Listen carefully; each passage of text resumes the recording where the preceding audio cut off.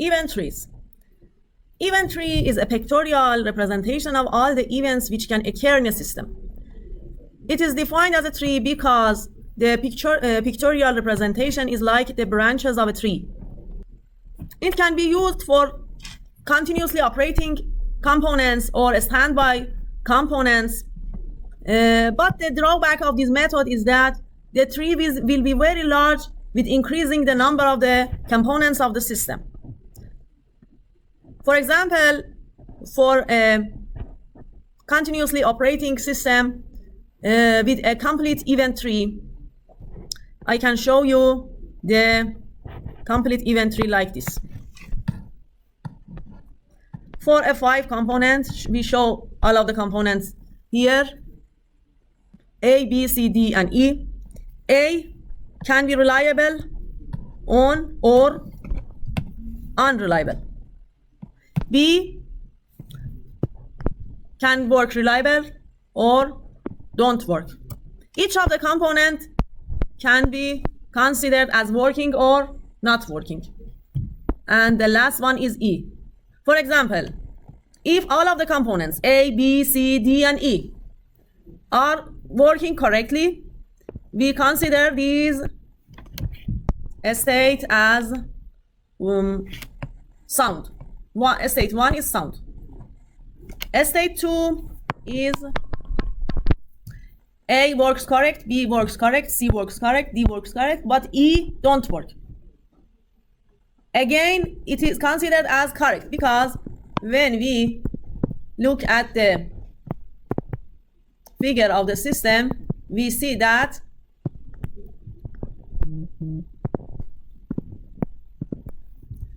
we don't have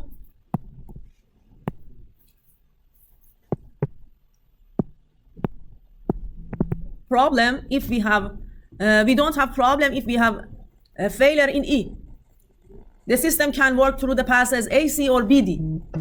We consider the third pass A, B, C are working correct, but D don't work, and E works. So A is okay, B is okay, C is okay, and E is okay. The system can work through the passes AC or BEC. So again, it is considered sound. For state 4, when D and E, both of D and E don't work. If E don't work, we won't have problem because we will have the passes AC, the pass AC. So still, the system is sound.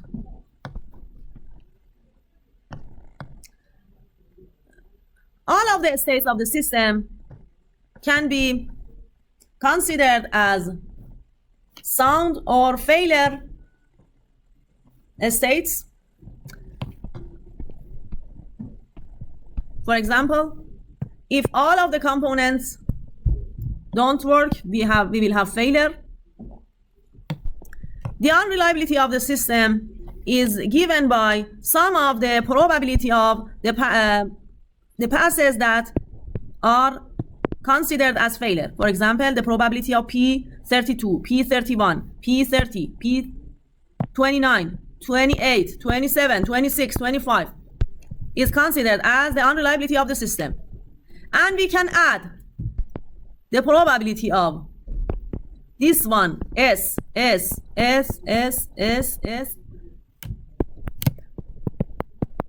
All of these reliability,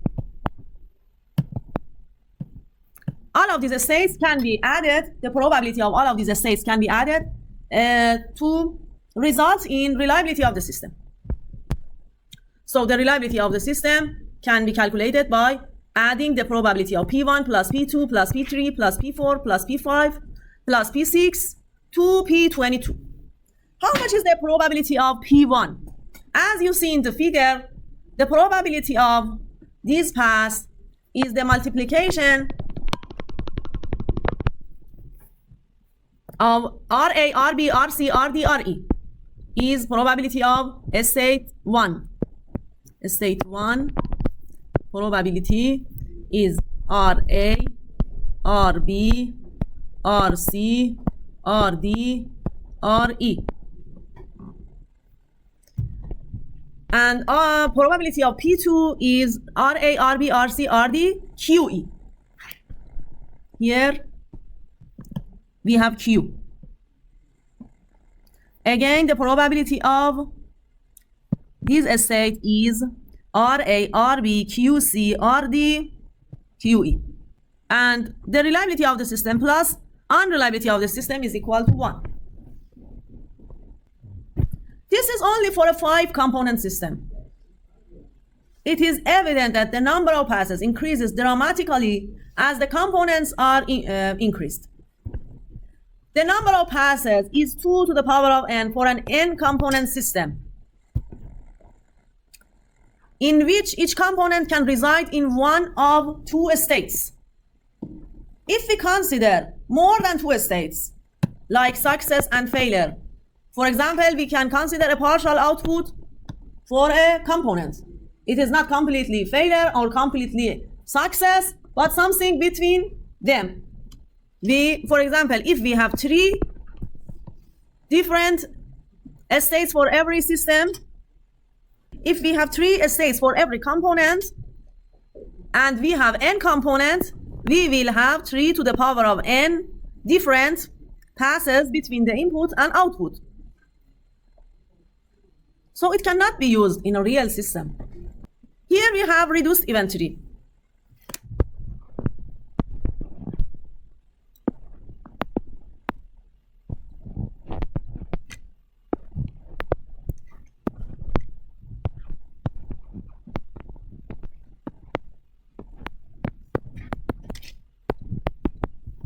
As you see, if we have failure in both A and B, we don't need to calculate or find the state of the other parts, E, C, and D. If we have failure in A and B, we can immediately result that these will lead to failure. So, for calculation of the event tree, we can reduce the states like this. Or if we have A, B, and C in the working state, we don't need to go through D and E, because we know that the system will work. The system will work with only A, B, and C. If we have A, B, and D in working state, because we have the pass BD, we don't need to find the states of E and C.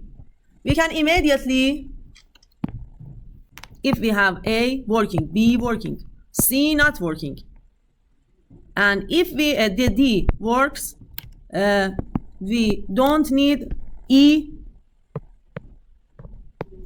As you see, BD is a pass, so the system will work. But if D not works, if D has failure, the system will fail. This is the basis for reduced event tree.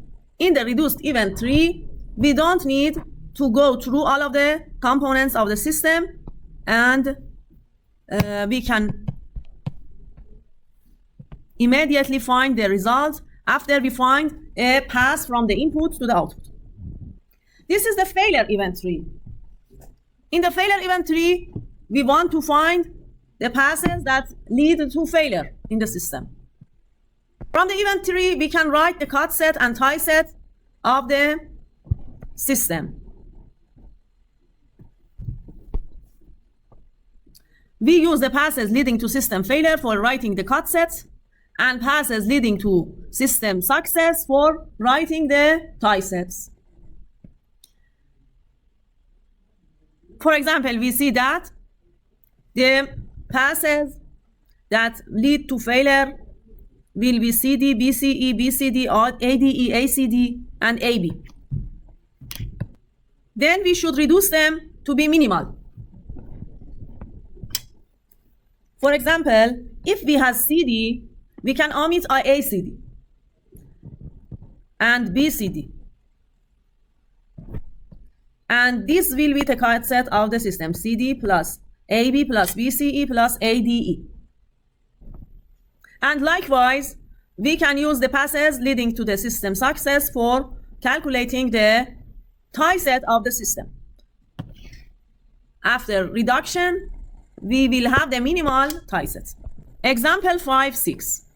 Consider the cooling system of the continuous process plant shown schematically in Fig 5.11 and the sequence of events that may follow a break in the pipe normally used to supply the cooling water. Initiating event. When this happens, a loss of flow detector D causes both electrically driven pumps P1 and P2 to operate.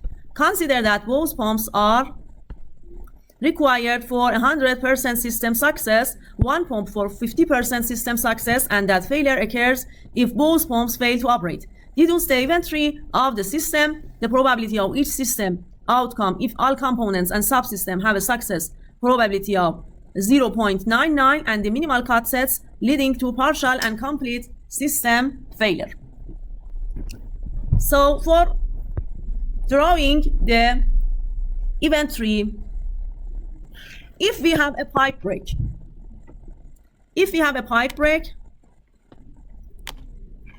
the probability that the system works. First, we should have electrical power because we have pumps. The pumps are working with electric power. If we don't have power, the pumps won't work. Then we should consider detector. If the detector don't detect the break in pipe, the pumps will not start to operate. And then we should have pumps intact to work and pump the water. So electrical power can be working or not working. Detector can work or not work. Pump 1 can work or not. Pump 2 can work or not. If all of them are intact, the system will be okay. If one of pumps is okay, detector is okay, power is okay, pump 1 is okay, but pump 2 is not okay. It is partial. It will work with 50%. It is partial. If power is okay, detector is okay, but pump 1 is not okay. If pump 2 is okay, it is again partial. But if pump 2 is not working also, we will have failure. If we don't have detection, detector is not okay, we will have failure because the pumps will not start. If the electrical power fails, all of the states will be in the failure. So we can reduce this tree like this. If the detector fail, immediately deduce system failure. If the power fails, immediately result in system failure. So we can use this for writing the cut set.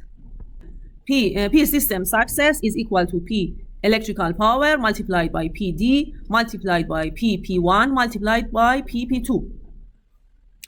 So the probability of system success is 0.96. And partial success will be the summation of these two states. PEP multiplied by PD, PP1, QP2 plus PEP, PD, QP1, PP2 will be the third state, which is partial. We will add to find the reliability, we will add to find the probability of system to be working in the partial. So the probability of partial success will be PEP multiplied by PD, PP1, QP2 plus PEP, PD, QP1, PP2. And the probability of partial success will be 0.019406.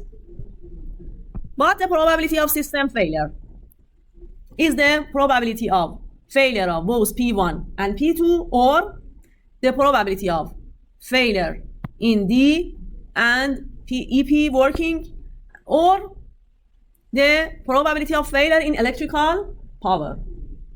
And we will add these three to reach the probability of system failure. Alternatively, we can find the system failure by 1 minus P system success plus P partial success. We can check the result again by this formula, and we see that the result is okay. The cut sets.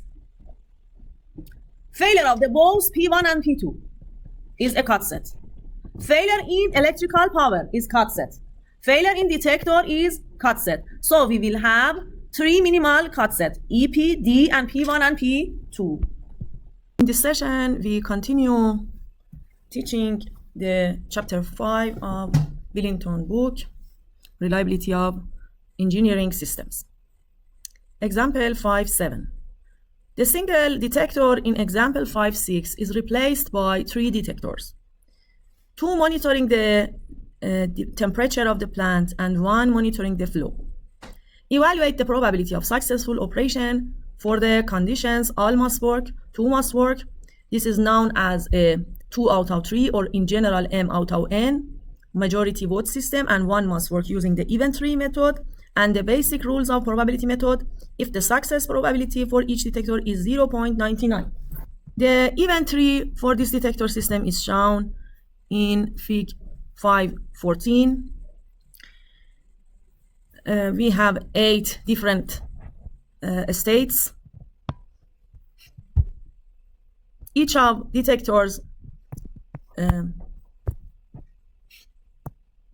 can work or fail.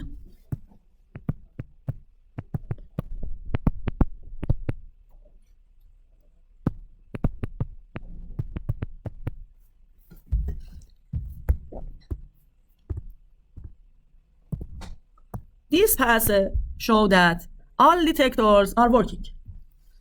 This pass says that D1 and D2 are working, but D3 is not working. In this pass, D1 is working, D2 is not working, and D3 is working. In table 5.2, we see how we can use the event tree method for solving this problem. In the case all must work, 3 out of 3, success pass is only pass 1. All must work, so the pass R1, R2, R3 is the only way that the system is working. And the passes 2 to 8 are failure states. The probability of success will be 99, 0.99 multiplied by 0.9 by 0.99. R1, R2, R3. The result is 0.970299. 2 must work, 2 out of 3. The success passes are P1, P2, P3, and P5. So you should add the results of each pass together to have the reliability of the system. In this pass, you have the results 0.97. In P2, you have 99, 0.99 multiplied by 0.99 multiplied by 0.01. And how many? 3 of this. 3 multiplied by 0.99, 0.99, 0.01. Plus this number. 0.97, 0299 plus 3 multiplied by 0.99 to the power of 2, 0.01. This should be 0.999702. And in 1 must work, the only one pass leads to fail. Q1, Q2, Q3. This is the fail pass. So if we calculate 1 minus 0.0 to the power of 3, we can have the reliability of the system, which is 0.999969. This one is 1 minus 0.01 to the power of 3, because the only failure path is the path number 8, which is Q1 multiplied by Q2 multiplied by Q3. As we have R plus Q equals 1, we can calculate R as 1 minus Q of the system. So I calculated the Q of the system, which was 0.01 to the power of 3. You can add P1 plus P2 plus P3 to P7, and the result will be 0.999 also. But it is tedious. It's more simple to calculate 1 minus 0.01 to the power of 3. Yes. For the first case, you can calculate the Q of the system as 1 minus 0.970299. This is also we can use R to calculate the Q of the system for the 2 mass work.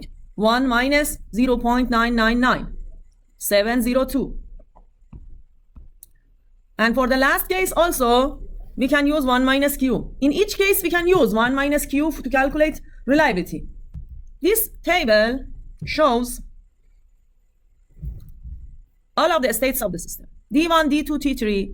D1 can work, D2 can work, D3 can work. All must work. In all must work case, these paths lead to system to be sound. But if in all must work case we have failure only in one of the detectors, we will have failure. But in 2 must work, this case can be considered as sound. In 1 must work, also this case is considered as sound. In 1 must work, all of the states are considered sound. Only the last one, which all detectors are not working, will be considered as failure. For each system, you can write this table. Table 3 is called, pipe 3 is called truth table.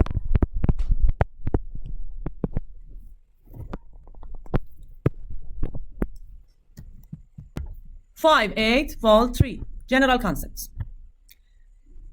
Fault 3 for many years have been used in the reliability evaluation of systems. This technique was first developed as a means of qualitatively assessing the failure process of a complex system and consequences of failure on system behavior. This is still one of the most significant advantages. It can also be used to perform quantitative assessments. So this method can be used for both qualitative assessment and quantitative assessment. And both of them are discussed in this section.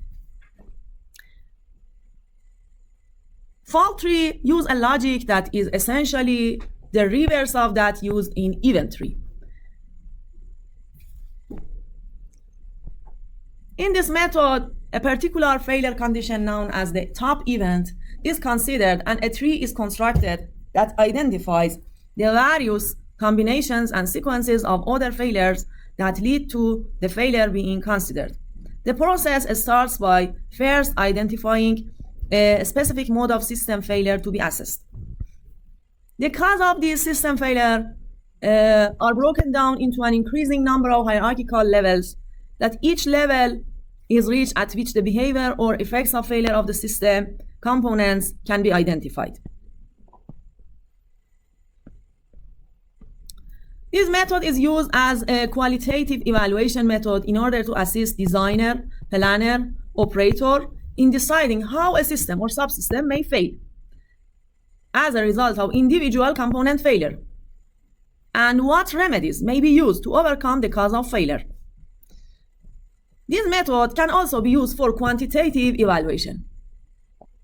In this case, the reliability data for each individual component are inserted into the tree at the lowest hierarchical level and combined together using the logic of the tree to give the reliability assessment of the complete system being studied. Example 5.8 shows this method.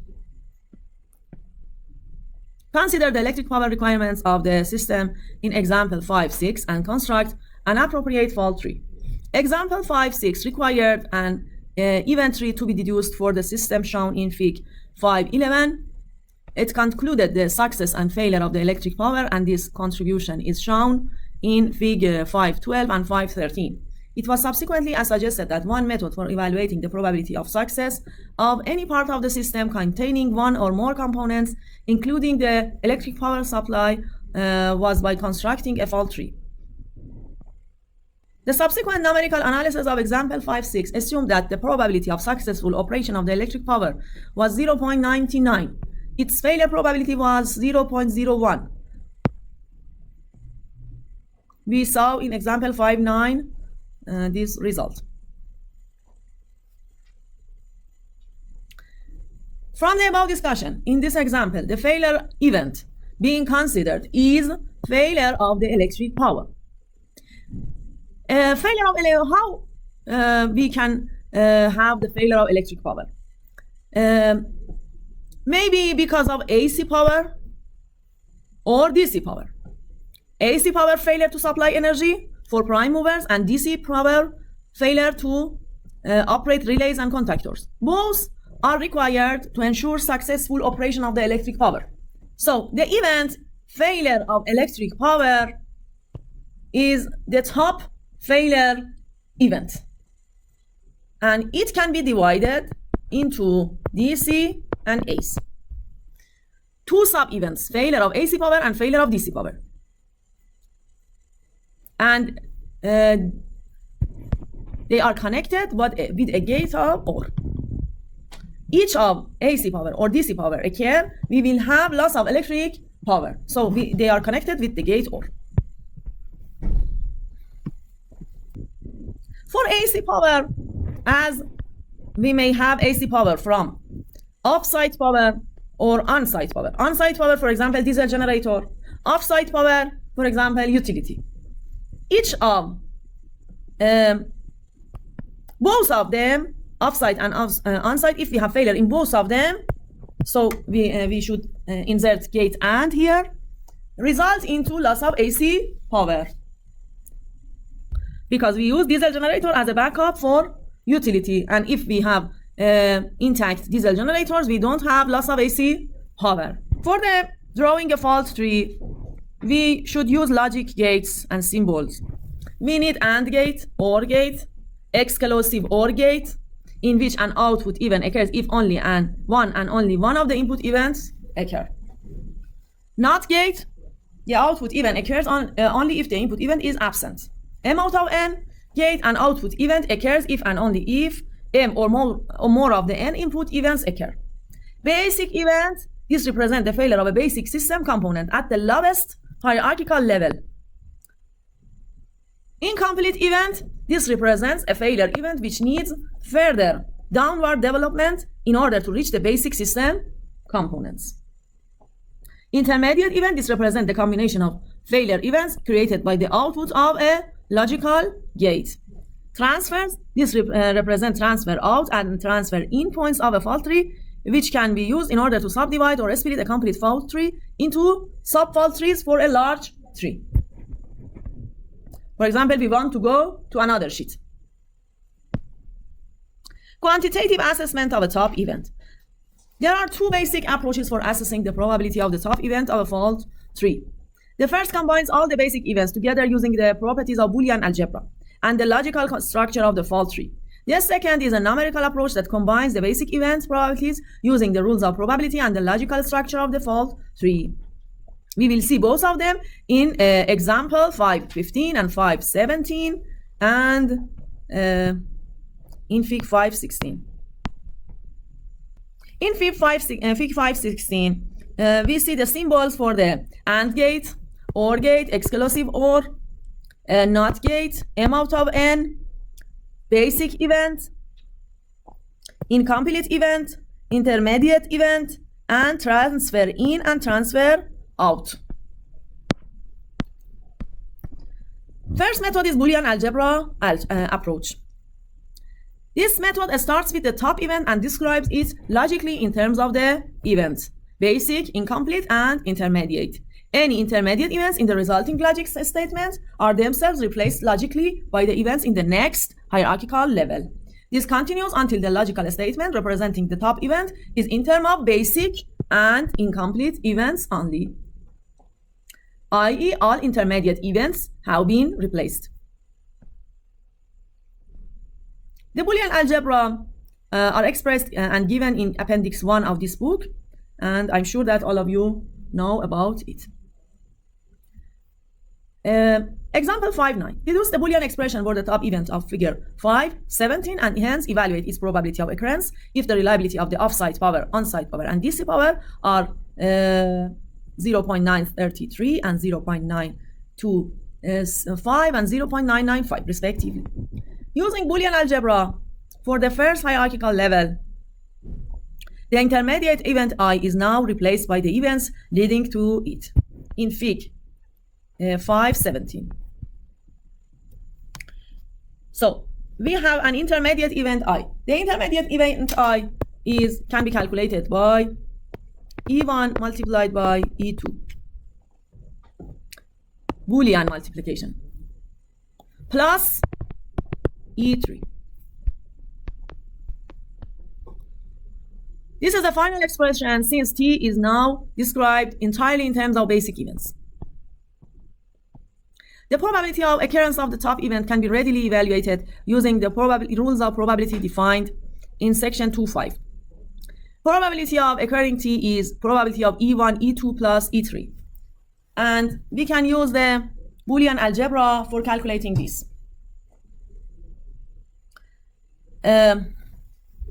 Probability of E1, E2 plus E3 can be written as P E1 E2 plus P E3 minus P E1 E2 P E3, right?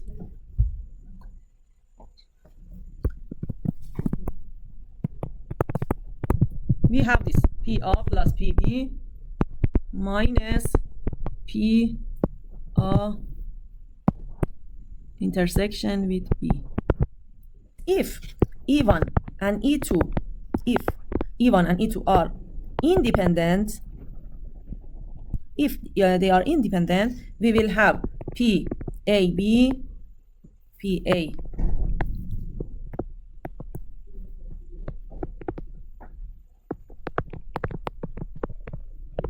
so we can write P E1 E2 as P E1 multiplied by P E2 if they are independent.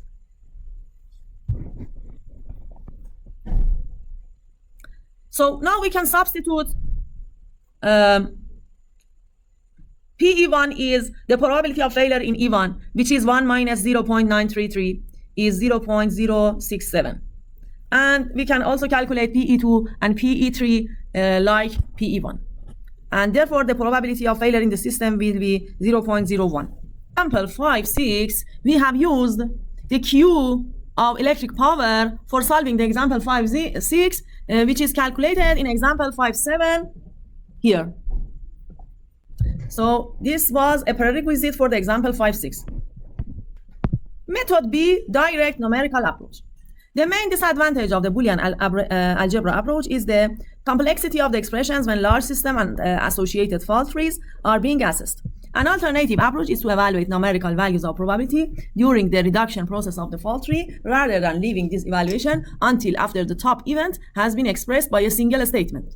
This numerical approach is a bottom-up method, whereas the previous one is a top-down method. Bottom-up, top-down.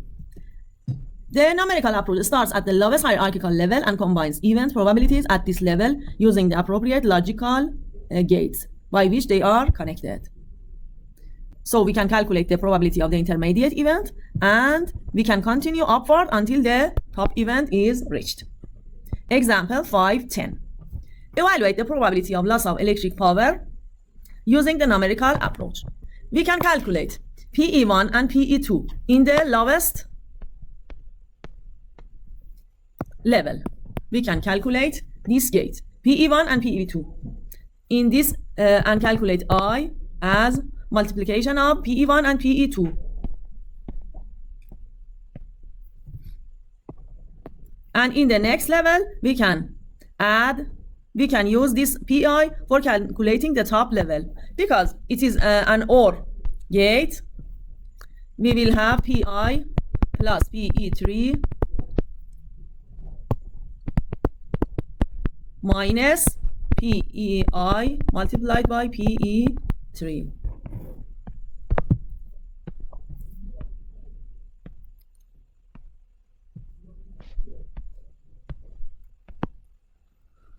And it is 0.01 as before. Method has a weakness. And when we have a basic event more than once in the same fault tree, the numerical approach cannot be used because the result will be erroneous. In the next session, we will discuss more about this problem, and we will see that the first method, which is the Boolean algebra, is correct in all of the cases. But in the numerical method, we can use this method with caution. The case duplicated basic events. There are many cases in real system where a component has an effect on the behavior of several other components or subsystem. A typical example could be the battery source or DC supply of a protection or control system in which several functions of the system are affected if the DC supply fails. In cases such as these, the basic event associated with the DC supply could appear several times in the same fault tree. Careful thought is needed if these duplicated basic events are not to cause significant erroneous results. The principle involved can best be illustrated using the following example. In case A, we consider the example 511 that all basic events are independent of each other. E1, E2, E3, E4, E5, E6 are all independent. How we can calculate? I3 is PE3 multiplied by PE4 multiplied by PE1 to get PI1, and PI4 is PEP plus PE6 minus PE5 PE6. T is I1 plus I2, which is Boolean addition. In Boolean addition, and I1 is E3 multiplied by I3, which is Boolean multiplication. E1, E3, E4 plus E2 plus E5 plus E6.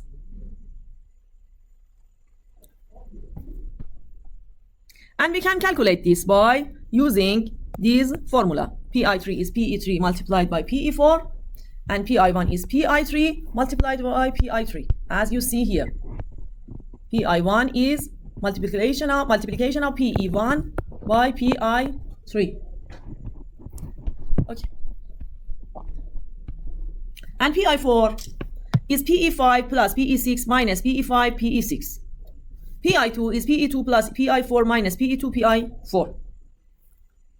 And PT as PI1 plus PI2 minus PI1 PI2. Duplicated events. In this part, it is assumed that E3 and E6 are the same component. E3 and E6 are the same. So we can substitute E6 by E3. Here we use E3. So we can rewrite this expression E3 plus E1, E3, E4 in a Boolean algebra. We can write this like this: E3 multiplied by E1, E4 plus 1. And in Boolean algebra, if we add 1 for every 1 plus x will be 1. So we can write this like E3 plus E2 plus E5. And using the rules for combining OR events, we can calculate PT. In this part, it says that We may have duplication of the events in only parts of the event tree. And only in this part, we use the Boolean algebra to reduce the results. And in the other parts of the fault tree, we can use the numerical approach and combine both approach for calculating the event tree, because calculating the Boolean algebra for the whole of the fault tree is a tedious work.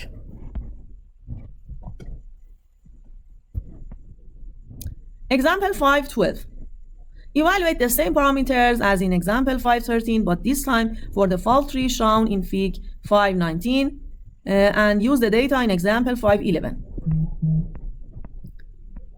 Fig 5.19. Here we have the gate OR is replaced by the gate AND, which we had before. Here we have gate AND replaced by gate OR that we have had before. These two chains are in this figure. The Boolean algebra approach gives T equals I1 plus I2. And I1 is E1 plus I3. And I2 is E2 plus I4. I3 is E3, E4. And I4 is E5, E6. So we can substitute the Boolean algebra. If component probabilities are substituted, we reach to PT equals 0.181999. Duplicated events. If we assume that E3 and E6 are identical, which it can be used to reduce the result. E3 and E6 are identical. Here we have E3. So we can write E1 plus E2, E1 plus E2 plus E3 multiplied by E4 plus E5. We reach to this expression. Yes, it is like this. And we can substitute component probabilities, and we reach to this number, which is different with this one. It is somehow smaller than this. Probability of failure when we have duplicated events is somehow smaller than the independent. Minimal cut sets. Minimal cut sets have already been discussed several times in this chapter. We can show that the minimal cut sets of fault tree can be also deduced. There are several methods for deducing the minimal cut sets. Here we see from the event tree how we can calculate the minimal cut set. If the top event gate is an OR gate, write down the inputs in terms of basic events and input gates as separate items in a list. If the top event gate is an AND gate, write down the inputs in terms of basic events and input gates as one single item of a list. It is better that I show you this method by an example. Example 5.13. If we want to write the minimal cut set for figure 5.18. Figure 5.18. Here we have figure 5.18. From this figure, we see that each of these basic events can lead to a failure in the system because they are connected with OR gates. So E2, E2, E3, and E6 will be the first order cut set. And from this side, we see that if we have the E1, E2, and E3, and E4, and in AND gate, this will be a third order cut set.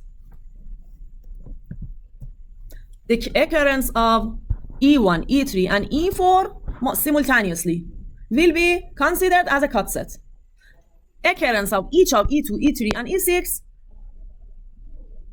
can be considered independent cut sets. Each of them can lead to the system failure.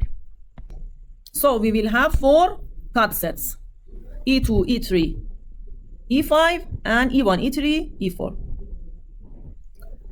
Now, we see that E2, E5, E6, E2, E5, E6, and multiplication of E1, E3, E4. If E3 and E6 are identical, so we can substitute E3 by E6 by E3. And in the cut sets, you see that if we have the cut set E3 as a first order, we can omit this one. So the cut sets of the system will be only E2, E5, E3. So you see that using the method of cut sets is more simpler than every method. Here, we again can use the benefits of using the cut set method. For complex systems, cut sets are the most powerful method for calculating the reliability of the system. In the cut set method, you remember that in the cut set method, we could use the approximate method. The approximate method was the probability of failure can be calculated by the probability of each cut set. PE2 plus PE3 plus E5. So it is 0.12, which is 3.5% higher than the true value, which is okay because this is the probability of failure. We said before that if we compute the probability of failure higher than the real one, which is 0.1159, the approximation is okay. For the next example, figure 519, we can use the cut set method also. See again. The cut set will be E1 from this pass and E3, E4 from this pass, E2 from this pass, and E5, E6 from this pass. These are the cut sets. So we can use the probability of failure of each of these cut sets for calculating the approximate probability of failure of this system. This method is very useful in complex systems. We can simply add the probability of failure of each of these basic events, each of these cut sets. And if we calculate this approximation, it can give us 0.188, which is 4% higher than the true value.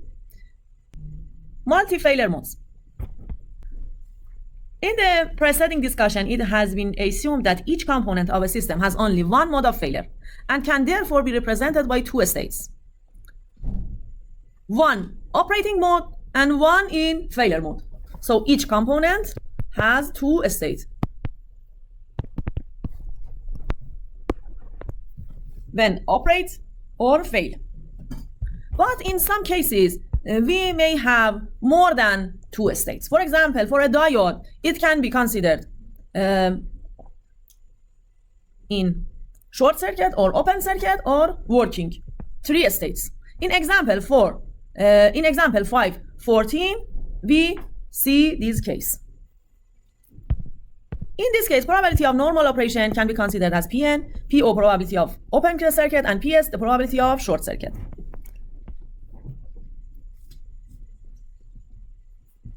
If we have 2 diodes in parallel, connected in parallel, so we can have all of the states by multiplying Pn plus Po plus Ps to the power of 2. Because we have 2 diodes. If we have 3, we will have to the power of 3 with 3 diodes. Now we have 2 diodes. So we calculate Pn plus Po plus Ps to the power of 2. If both diodes are normal, So this state is good. Both work as open circuit, is state is bad. Both are short circuit, this state is bad. One normal and the other open circuit is good. Each of these diodes can be open circuit and the whole system will work because we have another diode. So we have two states with PN, PO, and each of the diodes can be short circuit, but if each of the diodes in the short circuit state and the other is normal, the result will be bad because both of them are short circuit as they are parallel. Each short circuit can result in the short circuit of the whole system. And if one in open circuit and one in short circuit state, both are considered as bad state. So the only good states are PN2 plus 2 PNPO. And if we have the probability of PN, P1, and PS, we can calculate the reliability of the system. And the Q of the system is 1 minus reliability of the system. Thank you.